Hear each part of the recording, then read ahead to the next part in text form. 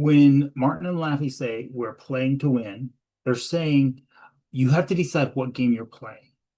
You have finite capabilities, you have finite resources. You can't win at every game. You can't be all things to all people. You have to pick a lane. And so when they say strategy is choice, they actually mean it's what you say no to is more important than what you say yes to. They actually mean strategy is choosing to say no to things that don't fit the space you want to play. So in their case, Procter and Gamble plays in the home products commercial market. The retail is a commercial provider, a wholesale provider for the retail home products space. They don't produce automobiles. They are manufacturers, but they don't manufacture computers. They are manufacturers, but they don't manufacture toys. They manufacture personal use products, not this brand.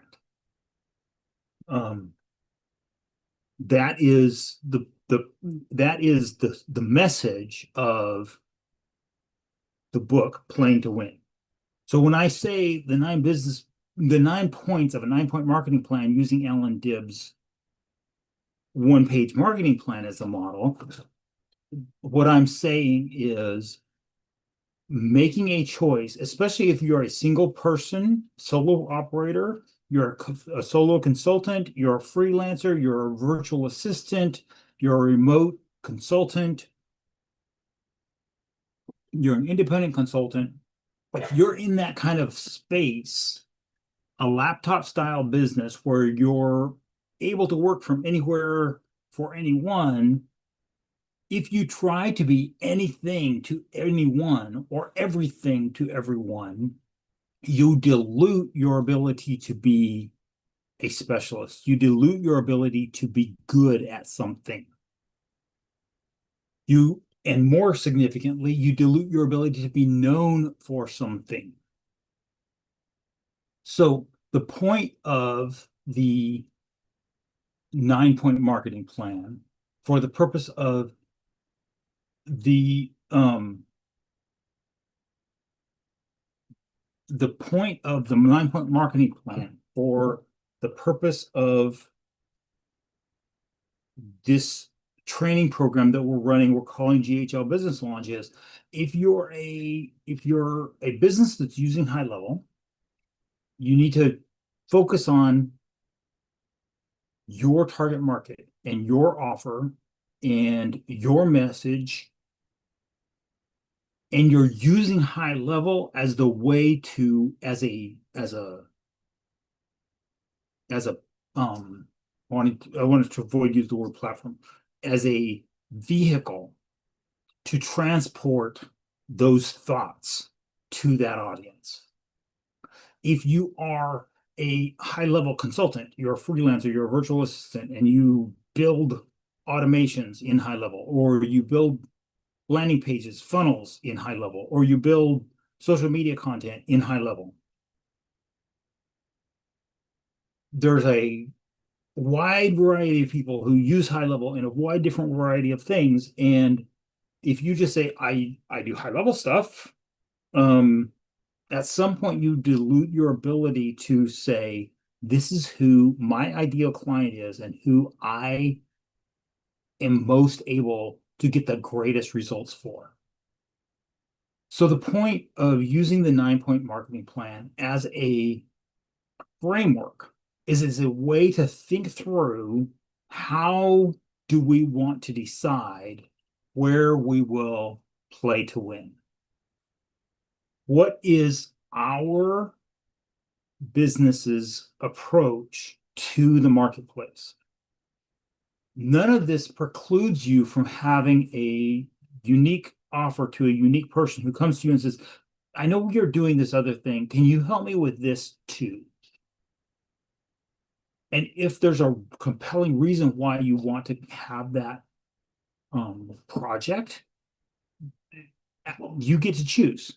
It's a choice. Yes, I'm going to step outside my lane because this is my friend, or I'm going to step outside my lane because this is my cousin, or I'm going to step outside my lane because this is a really interesting project, or I'm going to step outside my lane because of whatever the nonprofit it supports, or whatever the compelling reasoning. But knowing what your framework is to realize that you're stepping outside your lane. When you have a lane, and we use this 9-point marketing plan as a framework. When you have the lane, it allows you to have your social media and your blog content and your YouTube channel not be generic. Well, I do, in my case, I do high level stuff. Well, no one knows that that's a broad enough thing that no one knows what it means. So the point of niching down is not to not to turn away these other opportunities. It is to it is to make sure that when your ideal client, who you don't know yet, encounters you randomly, they know that you're talking to them. So the choice of who your ideal target audience is, what your offer that solves a problem that ideal person has and is described in ways that make sense to that person, not to you. The reason you do that is so that someone who isn't already your friend, doesn't already have a relationship with you, isn't already in your networking circles that you're rubbing elbows with on a weekly or monthly basis, when this other random person encounters you, they know that you're talking to them. And yes, by saying I'm not helping anybody and everybody, you're excluding conversations that might possibly turn into opportunities. The reality is all of us have a non-renewable time resource called time, and there are too many people in the world that you could possibly have conversations with, to be able to have a conversation with all of them to see if possibly maybe there's a chance you might have a fit. So you have to narrow the niche down far enough that the probability that you're having a conversation with somebody who might be a good fit for both parties is high. The way you get high close rates isn't by having the most compelling sales pitch. It isn't by having the most compelling sales process. It's by making sure that your gatekeeping, your filtering of people that shouldn't have, that are for certain not inside your wheelhouse, don't get on your calendar, and you don't get on their calendar. There's no point in having a conversation if the two of you are never going to move forward. The only reason you should have a conversation is if there's a potential that you might. Then you say, okay, let's have a conversation and see where it goes. All right. So the strategy of the 9-point marketing as a business strategy system. So when someone becomes a business, when someone says, I'm going to become an independent business of some kind, I'm going to be a local bakery, I'm going to be a local lawn care company, I'm going to be a local plumber, I'm going to stop being a plumber for a company, and I'm going to launch out on my own and be my own plumbing company. I'm going to be a carpet cleaner. I'm going to, whatever it is that you decide to, I'm going to be a business card printer. I'm going to be a printer, or I'm going to be a graphic designer. People who decide to make that decision about their life are choosing a path, a career path, other than having someone being an employee of someone else, using those same skills. Usually, they already have the skills to do the task. So the 9-point marketing plan doesn't ask, do you have the skills? Do you need to learn the skills? Devin Tracy, inside the GHL business launch, has as part of the decision matrix the process for if you don't know what business you want to launch and you're deciding, I'm no longer going to be an employee for someone, but I want to launch out on my own, but I have multiple skill sets and I don't know which one to pursue as my career path, as my business, as my new career path. That's what the decision matrix is for. That's a different kind of conversation. The point is, 9-point marketing plan does not include what will you fulfill. Step 7, point 7 of the 9-point marketing plan is what is the customer experience? And point 2 is what is the offer? What is the message? Both of those are very closely related to what is the product that is or service that is being provided, but neither one of them is the decision about how I'm going. They're about how the customer encounters the service, not about the technical portions of the service. So none of this discussion is how to do the technical things that are providing that service. These are talking about how you communicate the message to an audience that says, this is what I offer, this is who I offer it to, and saying it in a way that's compelling to that particular audience. So if you were to tell well, I'll use myself. If you tell me I build funnels, I say, okay, well, that's interesting. That doesn't communicate something to me. That tells me maybe you're in direct competition with me, although I have a different perspective on what building funnels constitutes. But what it tells me is something about your mindset, and it tells me something about your product or service that you build, that you provide. But it's not inviting me into a story. It's not inviting me into a discussion about whether I need your help. You're trying to, if that's your pitch, and I get this a lot in my DMs. Hi, Keith. I am a da da da da da da. I do, and there are a whole bunch of people who are copying and pasting effectively that exact same list of services,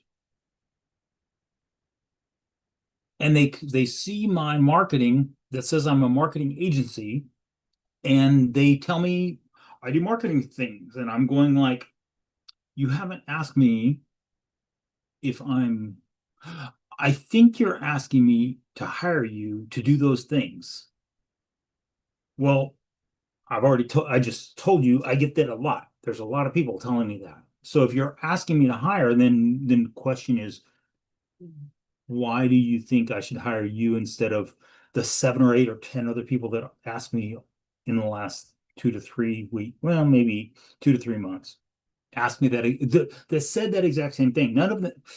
Occasionally they say, would you like to get on a call? No, I'm not going to get on a call let's get on a call to see if my services would be a good fit. If I had put out a message that says, I'm looking to hire someone to do one of the things that's on that list, then you asking me to get on a call, maybe that would make sense. But if you randomly ask me, let's get on a call and I can tell you what I do and see if it's a good fit. I had a call. I knew I took this one. I took this one not quite with a with a malicious intent, but I was pretty sure where this was going to go. In fact, I take that back. I explicitly said to the person who I could tell they were an appointment setter, because in the course of the text messaging back and forth, they said, I want to get you on a call with my boss or with my teammate so that you can talk about this. And I explicitly said, are you expecting me to get I don't, it's long enough ago. I don't remember exactly how I said it, but I made sure that I asked, are you sure this is a valuable conversation? And the response was, yes, this is going to be good. As soon as I was on, not with the appointment setter, but with the person, with the principal, and I said, you're offering me services that are my services. Why do you think I want to hire you as a white label provider of my services when I have not expressed any interest in hiring a white label provider? And the principal very quickly said, yes, this is not worth either of our time. Let's end this call early. The appointment setter had the opportunity to not even schedule the appointment. I took the appointment effectively so that I could have this conversation data point later and say, I know how these things go. The reason, going back to the point, that we should exclude a whole bunch of people is, yes, somewhere in there might be one or two gold nuggets. But when we clarify our message and our niche, our audience, clarify our niche in terms of our message and our audience, we allow the opportunity for most of the people who aren't a good fit to be filtered out, so that the appointments we have are with people who are high probability. The 9-point marketing plan as a business strategy is, yes, I'm going to provide some product or service, but I'm going to choose to offer it to a particular audience, and I can define my niche by the industry, by the audience that I'm providing it to. I'm going to give them a compelling offer, and I can define my niche based on my offer. I do, if using the GHL world, doing the high level.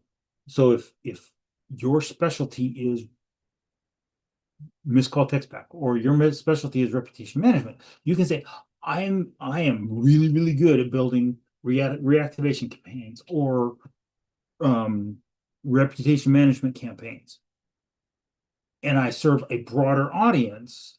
Well, but even if so, your niche is your service, or you're the printer, and you're not selling printing to when you're selling printing to a local small business, what you're not selling is gasoline for their vehicles. You're not selling them tools. So if it's a plumber, you're not selling them gasoline for their van. You're not selling them plumbing snakes.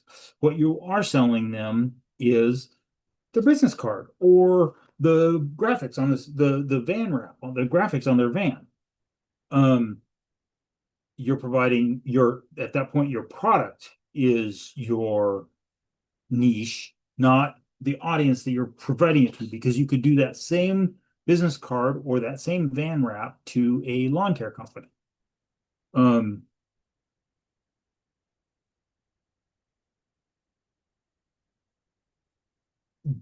Who you're talking to and what you're talking to them about defines frames the offer that you make, the messaging that you write or say on your public messaging.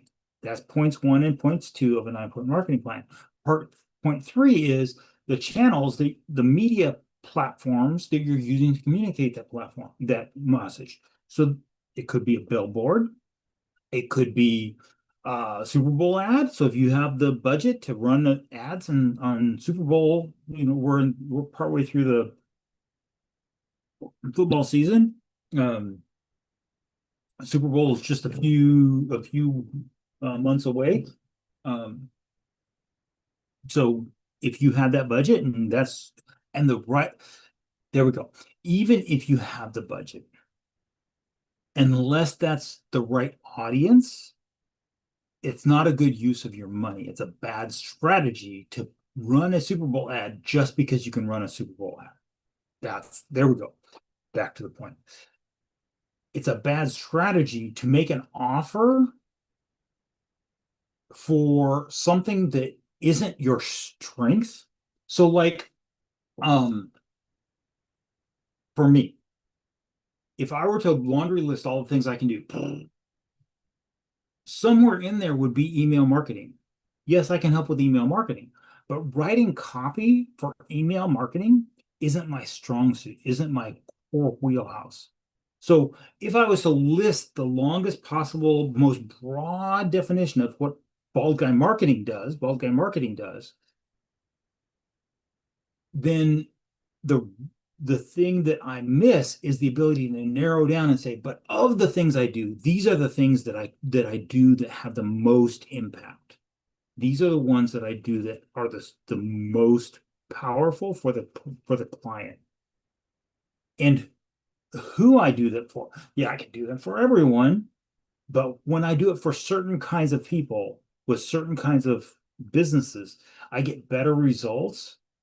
And so that's the choosing to not help anyone, instead helping this particular sub audience of my niche, of my industry, allows us to take the gray, set it aside, and say, let me focus on what I'm really, really good at. And then, because I have a narrow audience and a core message, now when I go to my point three channels, I can choose to, well, billboards aren't going to make sense. Going to local networking meetings wouldn't make sense if I'm trying to, I don't know a good example of what not going to a local networking meeting, because going to local networking meetings is my core message, my core marketing system for bulk marketing as opposed to GTL Business Launch.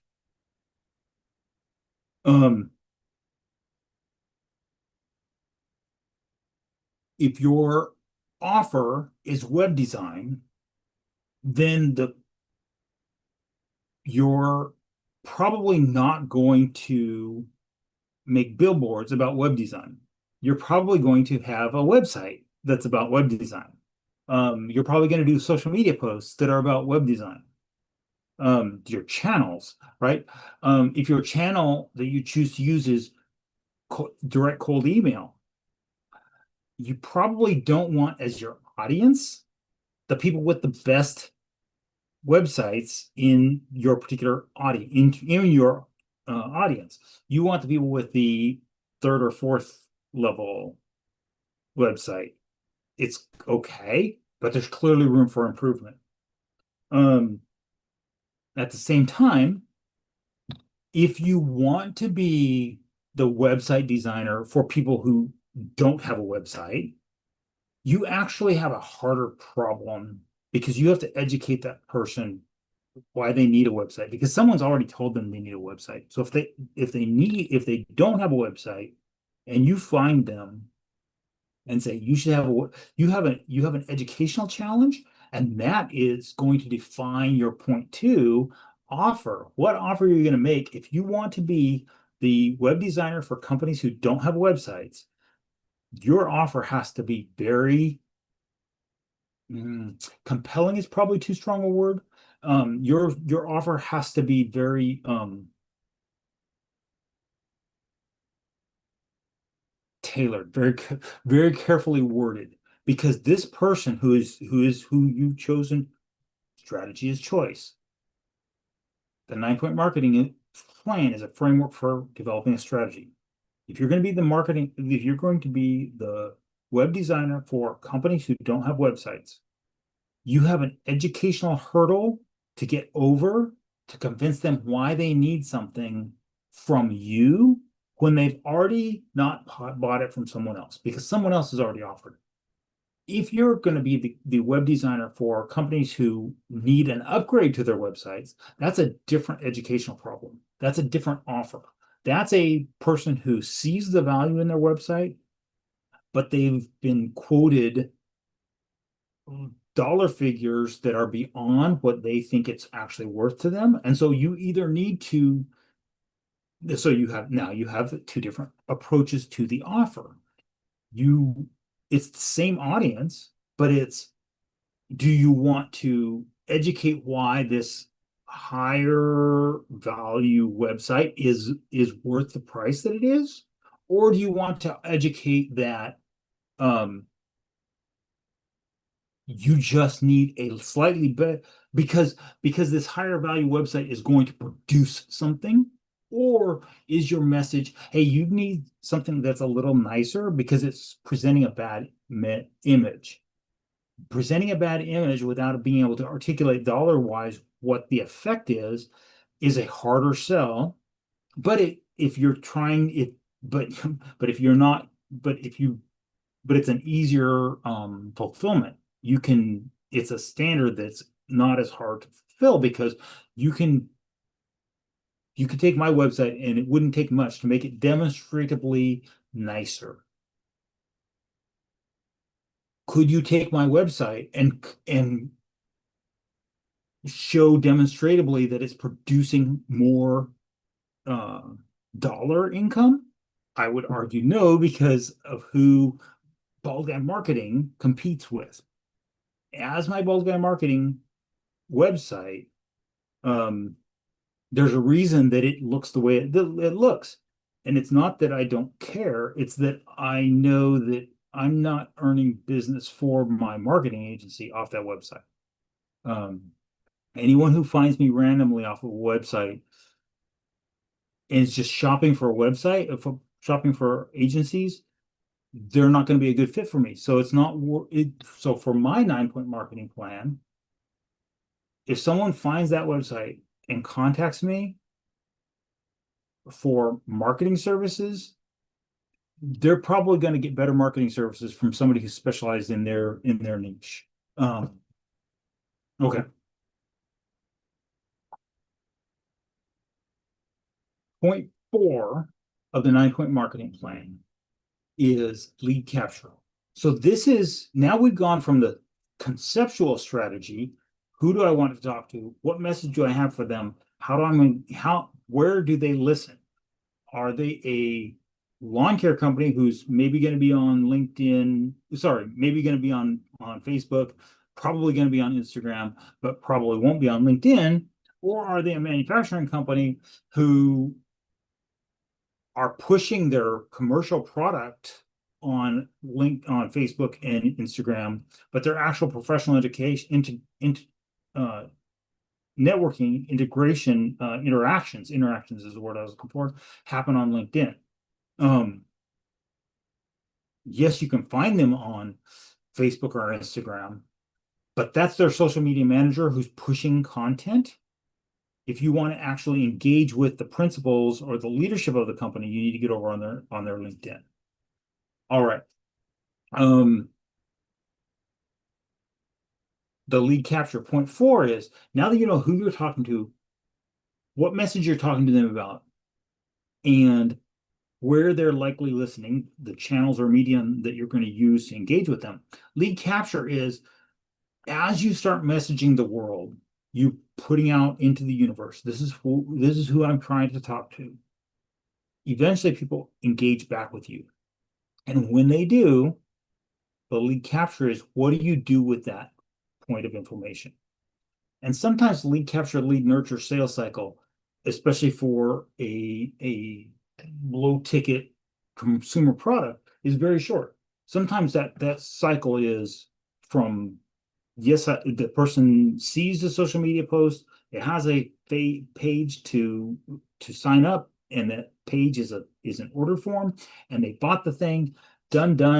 The customer experience is the thing shows up in the next shipment from Amazon or the mail system.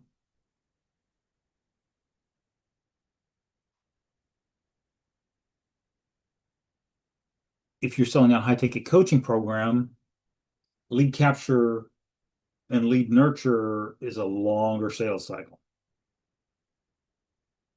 If you're selling this website versus this website versus this website, It's a longer website, a longer sales cycle with more decision makers for this website, with more concern by the decision maker, even when it's a mom and pop one person show, that person is going to make a this kind of website is going to take a different decision than, hey, can I give you a 7 bundle social media bundle, social media 7 post social media bundle. Um, this is a good time. So in your lead capture, there's a difference between a lead magnet and a tripwire product. A lead magnet is a product given for free in exchange for contact information. That's the simple, and that is a lead capture. So when someone offers a lead mag, hey, I'm going to do run a video series on YouTube, and when someone engages in my comments with YouTube on YouTube, I'm going to send them a link to my appointment calendar. If someone engages with my social media, I'm going to send them a link to whatever. If someone engages on my social media, I'm going to follow the social media sniper model that Devin Tracy teaches. That would be a recommended way to do organic social media well. On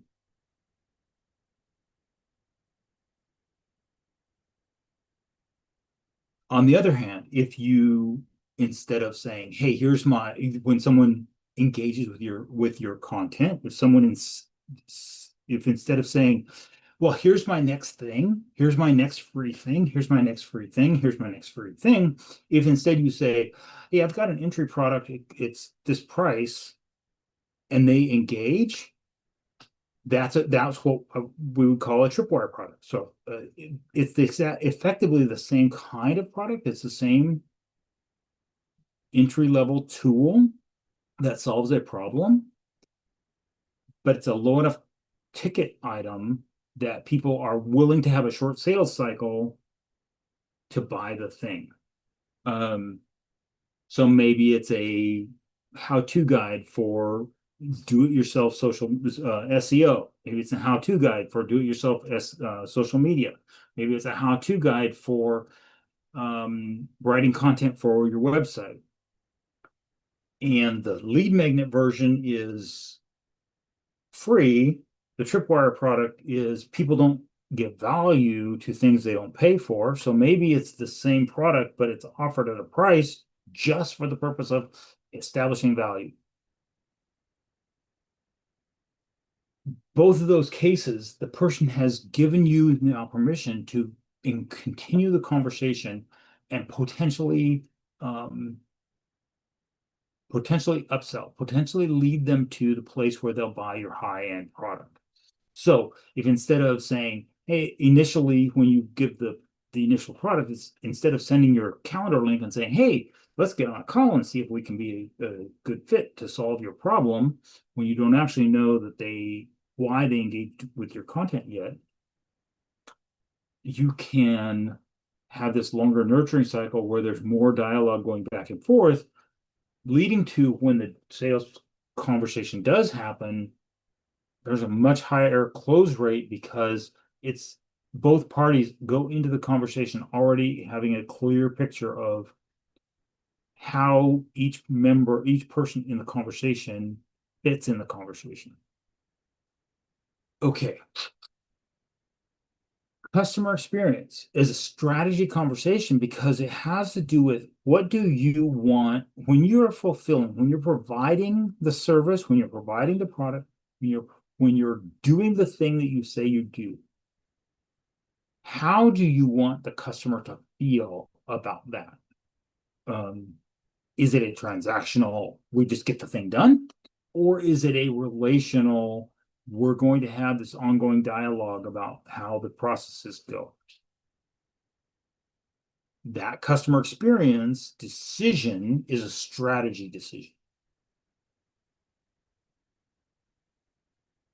Similarly, lifetime value of the customer, point 8 of the 9-point marketing plan, is a strategic discussion, because if going back to the middle during cycle 4, 5, 6, if you're offering a lead magnet or a tripwire product, and that's the end of the sales cycle for you, that whatever whatever purchase income you gained from that, whatever value you provided in exchange for that, is the end of the customer lifetime value. On the other hand, if you have a subscription product that flows out of that initial conversation, or if you have a high ticket upsell from that product, that increases your lifetime value of your engagement with that customer. It's a strategic decision, because you need to decide, if you're that web designer, if I'm going to sell just this baseline websites, but I have this ongoing service using HighLevel probably, that they can subscribe to, and they get more value from their website than just the website itself, there might be the lifetime value of that customer might be significantly higher even than this very high ticket, very refined, luxurious, beautiful website. They might get much more, the business owner might get much more value out of this website than out of this website. Or it could be that you initially come in with this kind of a website with a goal not to push them to that website, not to encourage them to buy this website, but to buy the middle tier website. And so the tripwire product is, let's get you this baseline website so you can get moving. And the lifetime value of the customer is the nurturing to describe why this next middle tier of website is worth more to the business owner. And then reviews and reputation management, or reviews and referrals, is a strategic decision, because how you have the conversation with people, so the strategic decision regarding reviews and referrals is, when do you ask them for the review?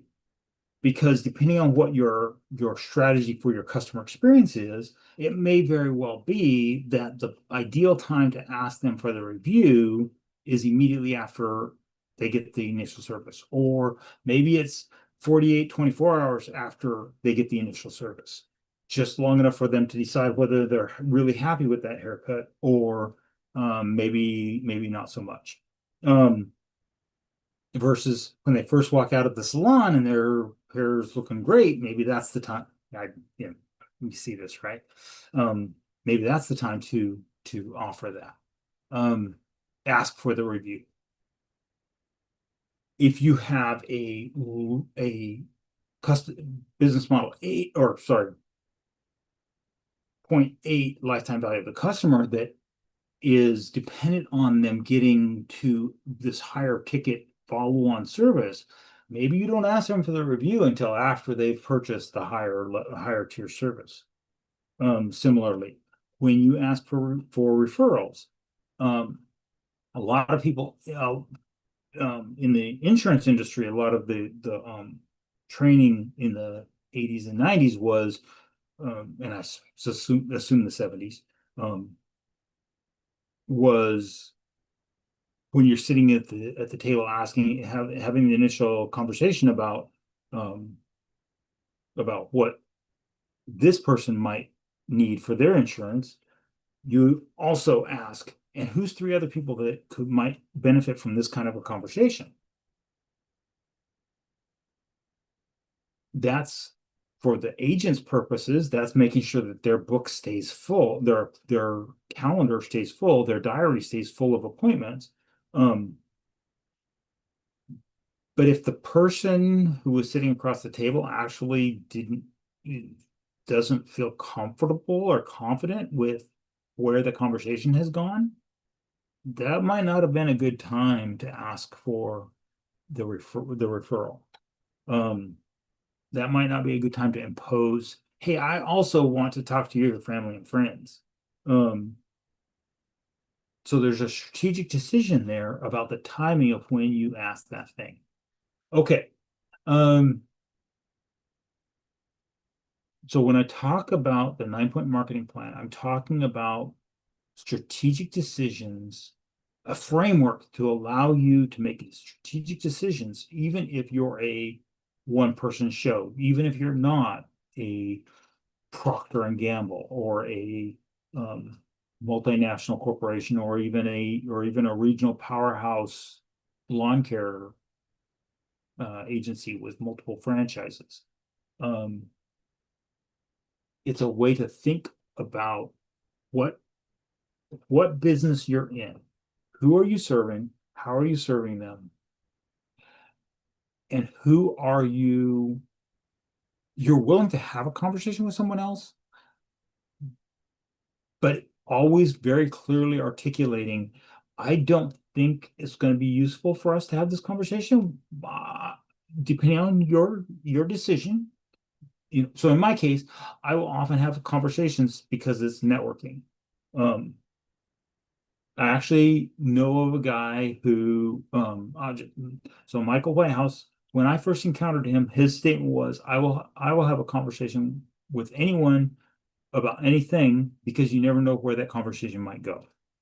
Um, this was several years ago, and I'm going to use this as a reminder to myself to ask him if that's still his position, because I suspect that he's transitioned to a place where he's willing to have a conversation with anyone who might possibly be a good fit for himself or someone that he knows. And that's a narrowing down that target audience from I'll have a conversation with anyone because who knows where it will go to I have a limited amount of hours in my day. I have a limited amount of hours in a week or in a month. And I can't have a conversation with everyone. I need to tell certain people, I need to keep the conversations to some extent to say, if there's clearly no path forward for either one of us, then it's a waste of time for both of us. And if it's probably going to be beneficial to one and not the other, it's probably also not mutually beneficial. So I'll end on this note. Value is defined by the person who receives the service or the product, not by the person who provides the service or product. The person who is receiving gets to decide, is this worth the price that's being charged? How that looks for a lead magnet or a tripwire product in point 4 of your 9-point marketing plan is, are you offering as that thing something with enough intrinsic value to the right audience that to the wrong audience, it's like, yeah, that's only mildly interesting.